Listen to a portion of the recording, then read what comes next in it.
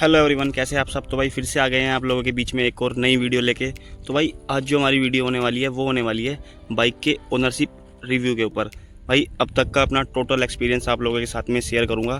तो भाई सबसे पहले मैं आपको बता दूं, जो मेरी बाइक है ये है 2019 मॉडल BS4 का वेरिएंट। तो मैं आपको पहले किलोमीटर दिखा देता हूँ, ये कितने किलोमीटर अभी तक चली है। तो मतलब मेरी बाइक को कंप्लीट हो गए हैं 5 साल। तो देखते हैं 5 साल में मुझे क्या कुछ इसके अंदर अच्छी चीज़ें देखने को मिली है और क्या कुछ इसके नेगेटिव पॉइंट्स है। सारी चीज़ें भाइयों के साथ शेयर करूंगा। तो जो भी भाई चैनल पे नया है प्लीज़ चैनल को सब्सक्राइब कर ले, वीडियो को लाइक करे, शेयर करे और भाई कमेंट करके बताना आपको हमारी वीडियो कैसी लगी। तो भाई बिना किसी टाइम वेस्ट के वीडियो करते हैं स्टार्ट। तो भाई चलते हैं एक बार किलोमीटर्स देखते हैं कितने कंप्लीट हुए हैं।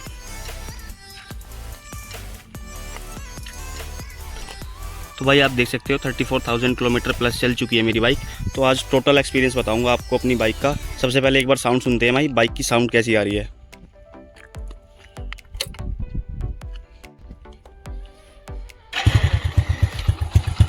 ये देखो भाई इंजन की साउंड सुनो।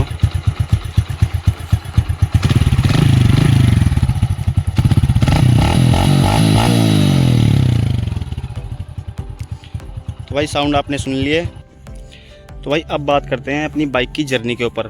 5 साल की जर्नी मेरे कंप्लीट हो चुकी है स्प्लेंडर के ऊपर और भाई सिंगल हैंड मैंने ये यूज़ की है और 34,000 किलोमीटर ये चल चुकी है। तो करीब करीब मान के चलो 35,000 मेरे कंप्लीट हो रहे हैं। कुछ किलोमीटर ये बाइक मेरी मीटर बंद होने के बाद चली थी। तो आज देखते हैं कि क्या कुछ इसका एक्सपीरियंस रहा है, अच्छा रहा है या बुरा रहा है। जो भी आज तक का रहा है मैं आपको बताऊँगा। तो भाई जैसे मैंने अब तक की आपको बताया कि मेरी बाइक के 5 साल कंप्लीट हो गए हैं, तो अब तक की जर्नी मैं आप लोगों के साथ में शेयर करूँगा कि अब तक मैंने क्या कुछ प्रॉब्लम इसके साथ फेस किया है और क्या कुछ मैंने अभी तक इसमें काम कराया है। तो भाई सबसे पहले मैं कुछ बातें आपके साथ शेयर करना चाहूँगा। भाई देखो, अगर आप बाइक के साथ में अच्छे से रहते हो और टाइम टू टाइम सारी केयर करते हो, सर्विस कराते हो, तो भाई कहीं ना कहीं आपको आपकी बाइक भी निराश नहीं करेगी। तो भाई अच्छा या बुरा एक्सपीरियंस लेना वो ओनर के हाथ में होता है, उसे कैसा एक्सपीरियंस चाहिए अपनी बाइक से। तो भाई सबसे पहले तो मैं आपको ये बताऊंगा कि अगर आप बाइक के साथ में अच्छे से बर्ताव करोगे, सब चीज़ टाइम से पहले करोगे, तो ये अभी आपको निराश नहीं करेगी। अगर आप ये है कि भाई ना सर्विस का पता है और ना ही भाई इंजन ऑयल का पता है, क्या है, कब हुआ था, कैसे है, तो वो फिर इससे भी आप ये मत सोचो कि वो आपका साथ दे देगी।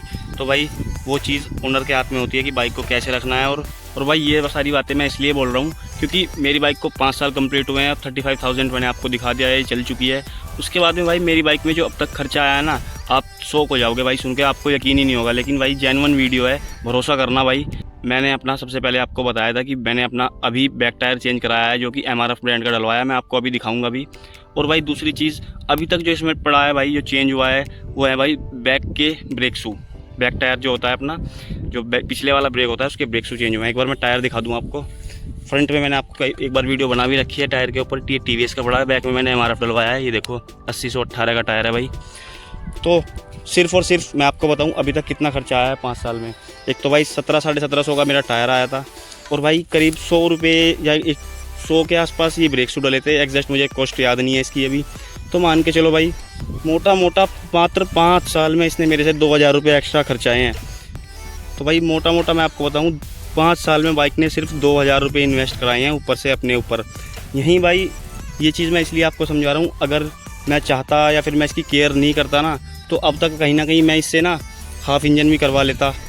और भाई हाफ़ इंजन भी नहीं होता तो भाई टाइमिंग चैन, क्लिच प्लेट और भाई तुम्हारा बहुत सी चीज़ें ऐसी होती हैं जैसे कि चैन सेट, वो इतने किलोमीटर पे चेंज हो जाते हैं। लेकिन ये सारी चीज़ें इसलिए चेंज नहीं हुई क्योंकि मैं भाई केयर करता हूँ। और कंडीशन आपको बाइक की दिख ही रही होगी भाई। और अब हम बात करते हैं कि भाई अगर हमने 2,000 रुपये इस पर इन्वेस्ट किए हैं, उसके बाद में हमें फिर इसका डाउनफॉल क्या लगता है, क्योंकि मैंने बहुत सारी वीडियोस के नेगेटिव पॉइंट के ऊपर बना रखी है, वो भी मैं आप लोगों के बीच में अभी शेयर करूंगा। सबसे पहले मैं आपको बताऊं भाई, मैंने ये बाइक 2019 में ली थी और उस टाइम जो मुझे इसकी कॉस्ट पड़ी थी वो पड़ी थी 67,000। हाँ जी, मेरा i3s मॉडल है ये बाइक का। और इसकी जो मुझे ऑन रोड कॉस्ट पड़ी थी फुल कैश 67,000 रुपये। तो भाई अब से 5 साल पहले 67,000 की ये मुझे पड़ी। अगर मैं आज अपनी बाइक को सेल करता हूँ ना, आपको कंडीशन दिख रही है, तो कहीं ना कहीं भाई मान के चलो 48 या 50 के बीच में मैं इसे सेल कर दूंगा। सबसे पहले मैं आपको बताऊं, मैं बाइक को सेल नहीं कर रहा हूं, मैं एक आपको अंदाज़ा बता रहा हूं कि मैं इसे 50,000 रुपये में सेल कर दूंगा। इतने की ये चली जाएगी, 48,000 या 50,000 रुपये, इतने के बीच में ये चली जाएगी। लेकिन भाई अब 5 साल में मैंने इसे 35 से 40,000 किलोमीटर चला भी लिया। 5 साल भी हो गए हैं बाइक को। उसके बाद में मेरा कितने पैसे माइनस हुए भाई, 70,000 रुपीज़। 17 में 20,000 लगा लो। तो भाई कहीं ना कहीं मेरे लिए तो ठीक है, 20,000 रुपये घटे हैं, 5 साल मैंने बाइक भी यूज़ कर ली। अगर प्राइस के हिसाब से देखते हैं तो भाई 20,000 रुपये कोई ज़्यादा नहीं है, 5 साल में 20,000 रुपये कम घटे हुए हैं, ये तो इतना ज़्यादा है ही नहीं कोई अमाउंट। और अगर अब मैं यहीं पे कोई अदर बाइक ले लेता ना, तो उसमें कहीं ना कहीं मेरे 50% पैसा भी मुझे वापसी नहीं मिलता इतने दिनों में, ये मेरी गारंटी है भाई।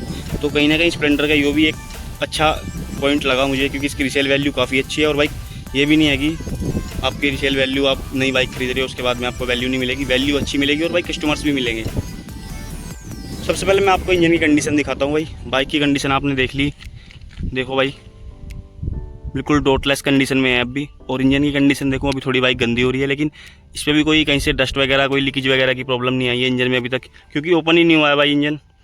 ना ही भाई मैंने अब तक इसमें चैन सेट चेंज कराया है, ना ही मैंने इसकी क्लिच प्लेट चेंज कराई है भाई, और ना ही मैंने अब तक इसमें इंजन में कोई काम कराया है, और ना ही इसमें अभी तक टाइमिंग चेन चेंज कराई है। साउंड मैंने आपको स्टार्टिंग में सुनाई थी, अभी भी बिल्कुल न्यू जैसी साउंड कर रही है भाई, कोई ऐसी नहीं है एक्स्ट्रा आवाज़ बनी हुई है इंजन में ऐसे टाइमिंग चेन की होती है, पिस्टन वगैरह की, सब ओके है भाई, कुछ भी चेंज नहीं कराया है। तो ये तो होता है भाई, मैंने आपको लाइव दिखाया एग्जांपल की होने को। मैं इसमें ऊपर से भाई मान के चलो अब तक इसका इंजन भी हो जाता, हाफ टाइमिंग चैन, क्लिच प्लेट, चैन सेट, ये सारी चीज़ें चेंज करवा लेता, क्योंकि भाई ये खुद पे होता है हमें कैसे ड्राइव करनी है और कैसे अपनी बाइक की केयर करनी है। तो सबसे पहले मैं आपको बताऊं, ये चीज़ रियल है भाई। अभी तक सिर्फ और सिर्फ मैंने एक टायर चेंज कराया है और बैक के ब्रेक शू चेंज कराए हैं, बाकी कुछ भी चेंज नहीं हुआ है भाई बाइक का। तो भाई 5 साल की जर्नी में 2,000 रुपये एक्स्ट्रा खर्चना बाइक के ऊपर, और देखो टायर तो चलेगा तो घिसेगा, इस हिसाब से तो सिर्फ और सिर्फ मैंने इसमें ब्रेक शू चेंज कराए हैं, बाकी कुछ भी चेंज नहीं हुआ यार। 2,000 रुपये और 5 साल में इतना लो मेंटेनेंस बाइक है यार, और क्या चाहिए हमें। तो भाई वीडियो बनाई जा रही है, जैसे कि आज कोई अपनी बाइक लेने जाता है तो उसे 67,000 में तो मिलेगी नहीं। तो भाई आज के हिसाब से मैं बताऊं जो मुझे डाउनग्रेड लगता है इस बाइक में, तो भाई पॉजिटिव पॉइंट्स, इसकी जो भी अच्छाइयाँ थी मैंने आप तक आपके साथ शेयर की। तो भाई डाउनग्रेड कुछ ऐसे हैं इसके, देखो सबसे पहले मैं आपको बताऊंगा जो मुझे लगता है सबसे ज़्यादा, वो लगता है भाई इसका प्राइस। तो भाई कहीं ना कहीं ये ओवर प्राइस मुझे दिखती है, क्योंकि सेगमेंट में और भी बाइक आती है उनके प्राइस कम है, लेकिन इसका प्राइस भाई फिर भी ज़्यादा है। अगर आप आज की डेट में कैश लेने जाते हो बाइक को, तो भाई 90 या 95,000 के आसपास ये आपको पड़ेगी। और अगर आप नई बाइक लेते हो, थोड़ा बहुत बाइक पे काम भी कराते हो, शोरूम से ला के भाई टेपिंग वगैरह हो जाती है, लाइट वगैरह चेंज कराते हो, तो भाई उसमें कहीं ना कहीं आपको ये 1 लाख रुपये में पड़ती है। और भाई अंडर 1 लाख सेगमेंट में भाई और भी बाइक आती हैं, 100 सीसी के सेगमेंट में, 110 सीसी के सेगमेंट में, और जो कि अंडर 1 लाख रुपये में मिल जाती हैं। तो लोग फिर भी स्प्लेंडर ले रहे हैं, तो उसका मैं आपको बता रहा हूँ, क्योंकि एक तो इसकी रीसेल वैल्यू अच्छी है भाई, इसलिए लोग ज़्यादा मरते हैं इस पर, और इसकी लुक्स अच्छी है, और दूसरी चीज़ इसमें लोग ना मॉडिफिकेशन करा लेते हैं काफ़ी अच्छी। यही इसका एक मेन रीज़न है, मेन पॉइंट है जो ये इतनी ज़्यादा सेल होती है। तो भाई स्प्लेंडर की जो चीज़ें मैंने अब तक चेंज कराई है, सारी चीज़ें आपको बता दी हैं, लेकिन आज की डेट में अगर कोई स्प्लेंडर लेता है उसको क्या चीज़ फेस करनी पड़ेगी, वो चीज़ मैं आपको बताऊँगा एक ओनर के एक्सपीरियंस से। देखो सबसे पहले मैं आपको बताऊँगा, आपको अगर आप स्प्लेंडर लेने जा रहे हो तो आपके पास कम से कम 1 लाख रुपये होना चाहिए, ठीक है। उसके बाद में देखो मुझे जो इसकी अब तक बुरी चीज़ें लगी वो है भाई इस बाइक की सबसे पहला पॉइंट जो आता है वो आता है अपना बिल्ड क्वालिटी के ऊपर।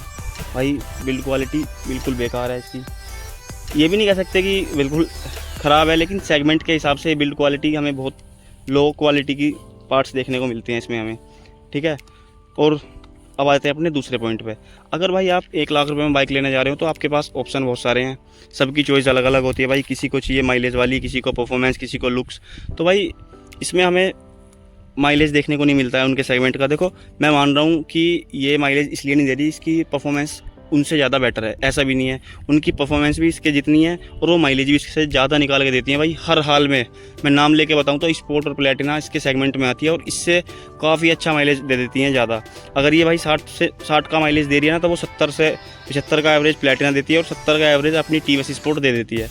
तो भाई कहीं ना कहीं आपको अगर आप नई बाइक लेने जा रहे हो तो ये चीज़ सोच के जाना कि इसमें आपको माइलेज बहुत कम देखने को मिलेगा। और भाई जो अपना अगला पॉइंट आता है वो आता है भाई इसकी कॉस्ट को लेके, इसके प्राइस को लेके। यार वो भी बाइक आप स्पोर्ट लेने जाओगे ना, मेरे हिसाब से वो इससे कम 10,000 रुपये सस्ती पड़ेगी आपको। परफॉर्मेंस सेम देखने को मिलेगी, माइलेज ज़्यादा देखने को मिलेगा और जो पार्ट्स की बिल्ड क्वालिटी है वो उससे अच्छी देखने को मिलेगी। भाई लुक्स के मामले में मैं कह सकता हूँ कि वो स्प्लेंडर को बीट नहीं कर रही है, लेकिन फीचर्स वाइज और क्वालिटी वाइज तो वो कहीं ना कहीं इससे ज़्यादा बेटर पड़ती है। तो अगर देखो 2024 में आप लोग बाइक लेने जा रहे हो, सबका मेन अलग अलग पर्पज़ होता है किसी को चाहिए भाई, स्टूडेंट है, लुक्स चाहिए, वो स्प्लेंडर ले सकता है। किसी को भाई बाइक लेके मॉडिफाई करानी है, मॉडिफिकेशन करानी है बाइक में, वो स्प्लेंडर ले लो भाई, कोई दिक्कत नहीं है, क्योंकि बाइक चलने में अच्छी है, कंफर्टेबल है। और भाई मॉडिफिकेशन के पार्ट्स भी बहुत सारे अवेलेबल हैं बाहर, बहुत तरह की मॉडिफिकेशन आप इसमें करा सकते हो, और इसमें आपको लुक्स काफ़ी अच्छी देखने को मिलती है। ठीक है, अगर भाई किसी को चाहिए माइलेज, तो मैं आपको बोलूँगा भाई सीधे से आप बजाज प्लैटिना पे जाओ, प्राइस इससे कम मिलेगा आपको, और भाई परफॉर्मेंस इससे अच्छी मिलेगी, माइलेज इससे अच्छा मिलेगा, और जो पार्ट्स की क्वालिटी है वो आपको बहुत अच्छी देखने को मिलेगी। अगर किसी का बजट कम है और माइलेज भी चाहिए, तो मैं बोलूँगा कि आप TVS स्पोर्ट ले लो भाई, वो आपके लिए ठीक रहेगी। और भाई ये है कि अगर स्प्लेंडर ही लेनी है मुझे, तो मॉडिफाई करानी है कॉलेज वगैरह के लिए, तो भाई उसके लिए स्प्लेंडर बेस्ट रहने वाली है। थोड़ा पैसा आपको ज़्यादा देखना पड़ेगा, और इसकी रेख देख थोड़ी ज़्यादा करनी पड़ेगी, क्योंकि इसमें प्रॉब्लम भाई बहुत ज़्यादा आती है। यही थी अपनी छोटी सी वीडियो देखने के लिए आपका धन्यवाद। मिलते हैं भाई नेक्स्ट वीडियो में जल्दी।